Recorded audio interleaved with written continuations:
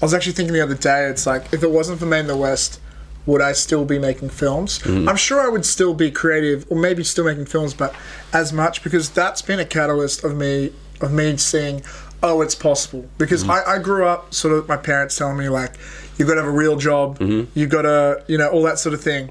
And I'm thinking, oh, I can't be a filmmaker. Like, I made my first film really when I was like 9 years old. I only discovered this, I forgot all about it, but we filmed on a Handycam, and to do music, because I didn't know how to edit music in, I literally got a cassette player and recorded a Super Nintendo game on pause and played it like very loudly. I got to piece it together and like properly and put it out online one day.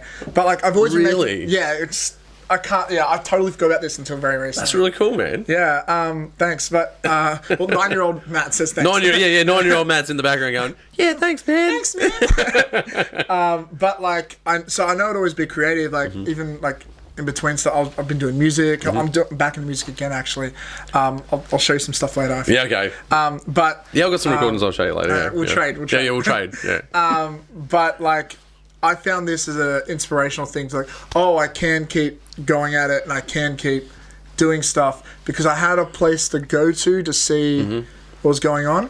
And when I started getting serious in the films, I was really sick of just traveling all the way to the city just to work on projects and stuff. And what's great is now there's a community where I'd never have to do that again in theory. Yeah. Maybe not fully, but Oh, but they're everywhere in Western Sydney. I just think the artist to normal profession ratio out there is just off its head. And I think Western Sydney gets overlooked a lot. Well, the really thing is, does. with Western Sydney is, you gotta keep in mind, like this is where they chuck a lot of the immigrants, the refugees, and even like the outcasts of life. The people who actually struggle most. It's Western Sydney. We're the hub for that almost. But that creates that births like.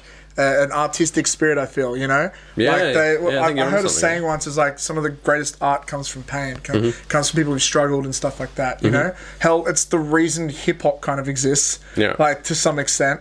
And I think so we're going to get some of the best stories from there.